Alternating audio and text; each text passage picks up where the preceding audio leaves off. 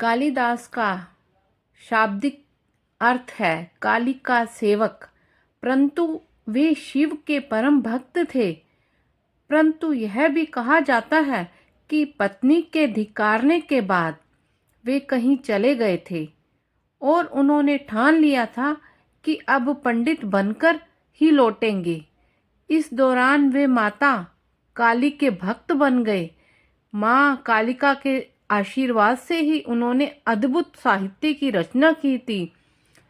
कालिदास के बारे में कहा जाता है कि वे अपने प्रारंभिक जीवन में अनपढ़ और मूर्ख थे। 18 वर्ष की आयु तक वे कुछ भी नहीं जानते थे। लोगों ने देखा कि वे जिस पेड़ पर बैठे थे उसी की डाल काट रहे थे। कथाओं के अनुसार कालिदास शारीरिक रूप से बहुत सुंदर थे। कालिदास की शादी मालव राज्य की अत्यंत बुद्धिमान और रूपवती राजकुमारी विद्योत्तमा से हुई थी।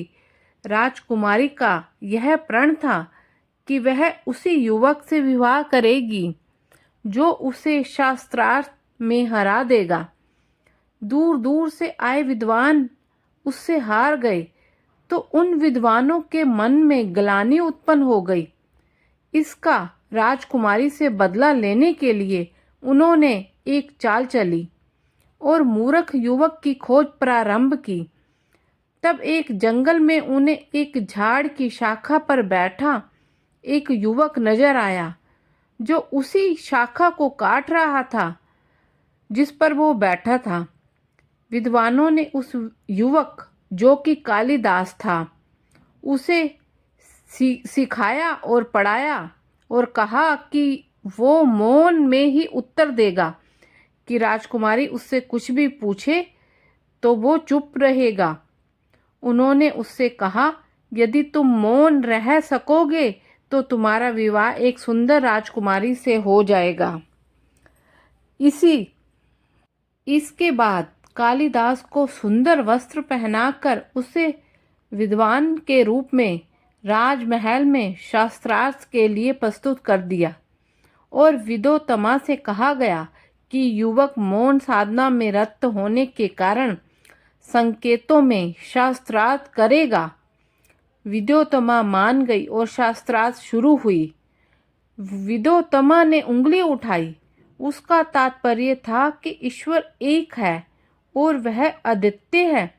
कालिदास ने समझा कि वह मेरी आंख फोड़ना चाहती है तो उसने भी तक्षण 2 उंगली उठा। अर्थात तुम तो एक आंख फोड़ने की बात कर रही हो, मैं तुम्हारी दोनों आंखें फोड़ दूंगा। पंडितों ने कालिदास की ओर से राजकुमारी को समझाया कि ईश्वर एक है।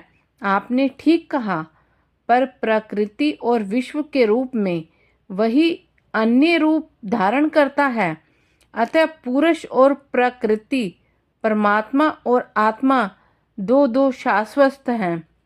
विद्योत्तमा इससे प्रभावित हुई और फिर विद्योत्तमा ने हथेली उठाई। 5 उंगलियां ऊपर की ओर उठी थी। उसका तात्पर्य था, आप जिस प्रकृति, जगत, जीव या माया के रूप में द्वैतवाद को स्थापित कर रहे हो उसकी रचना पंच तत्व से होती है। ये 5 तत्व हैं पृथ्वी, पानी, पवन, अग्नि और आकाश। ये सभी तत्व भिन्न और अलग हैं। इनसे सृष्टि कैसे हो सकती है?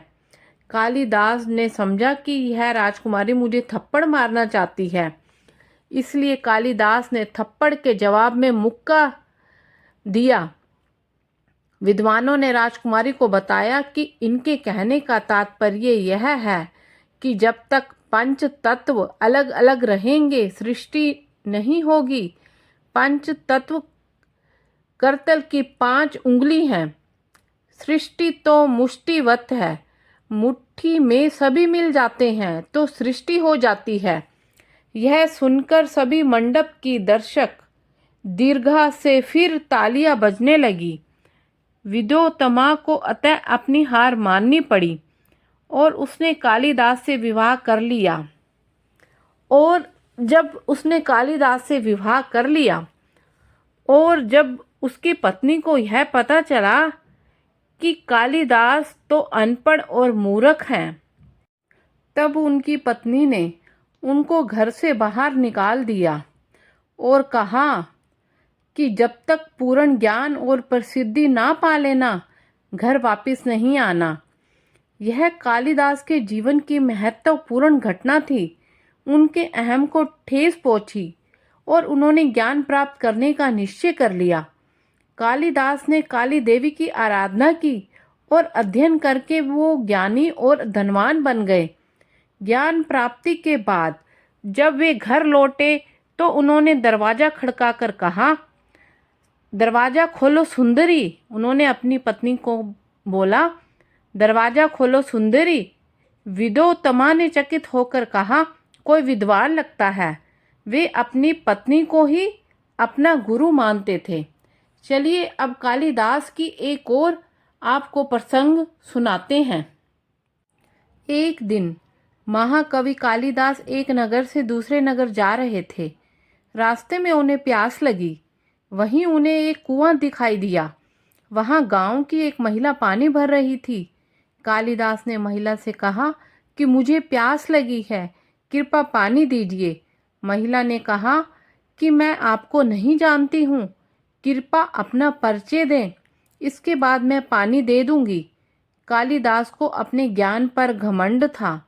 उन्होंने अपना नाम ना बताते हुए कहा कि मैं मेहमान हूँ।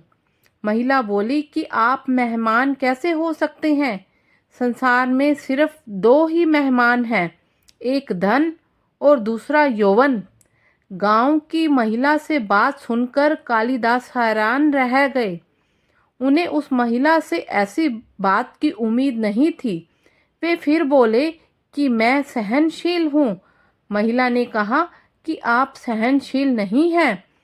इस संसार में सिर्फ दो ही सहनशील हैं, एक ये धरती जो पापी और पुण्य आत्माओं का बोझ उठाती है, हमें खाने के लिए अनाज देती है। दूसरे सहनशील पेड़ हैं जो पत्थर मारने पर भी फल ही देते हैं। कालिदास ने फिर कहा कि मैं हठी हूँ। महिला बोली कि आप फिर झूठ बोल रहे हो। हड्डी दो ही हैं, एक हमारे नाखून और दूसरे बाल। इन्हें बार बार काटने पर भी फिर से बढ़ जाते हैं। महिला से ऐसी ज्ञान वाली बातें सुनकर कालिदास हार मान गए और बोले कि मैं मूर्ख हूँ।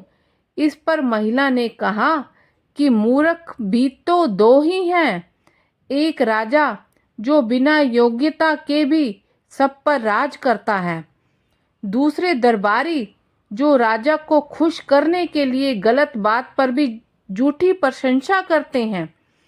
अब कालिदास महिला के चरणों में गिर पड़े और पानी की याचना करने लगे। तब महिला ने कहा, उठो वत्स। कालिदास ने ऊपर देखा तो वहां देवी सरस्वती खड़ी थी। देवी ने कहा कि शिक्षा से ज्ञान मिलता है, ना कि घमंड। तुम्हें अपने ज्ञान का घमंड हो गया था, इसीलिए तेरा घमंड तोड़ने के लिए मुझे ये सब करना पड़ा। कालिदास को अपनी गलती पर पछतावा होने लगा। उन्होंने देवी से क्षमा याचना की। देवी प्रसन्न होकर अंतर ध्यान हो गई। इसके बाद उन्होंने कभी भी घमंड नहीं किया। और दोस्तों, ये वीडियो कैसे लगा कमेंट करके ज़रूर बताना। और दोस्तों, अगर आपने अभी तक मेरा चैनल सब्सक्राइब नहीं किया तो प्लीज़ मेरे चैनल को सब्सक्राइब और वीडियो को लाइक अवश्य करें। और कालिदास की यह कहानी कैसे लगी कमेंट करके ज़रूर बताना। और मेरी वीडियो देखने के लिए आपका बहुत बहुत धन्यवाद।